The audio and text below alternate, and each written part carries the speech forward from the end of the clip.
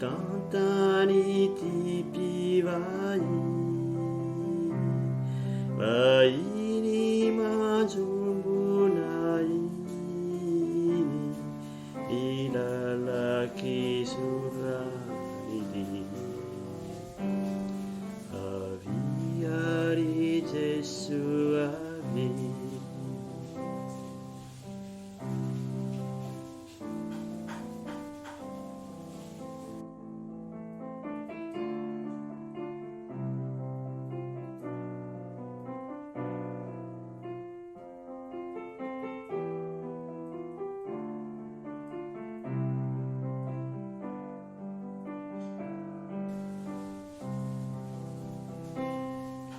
avy ary Jesu avy,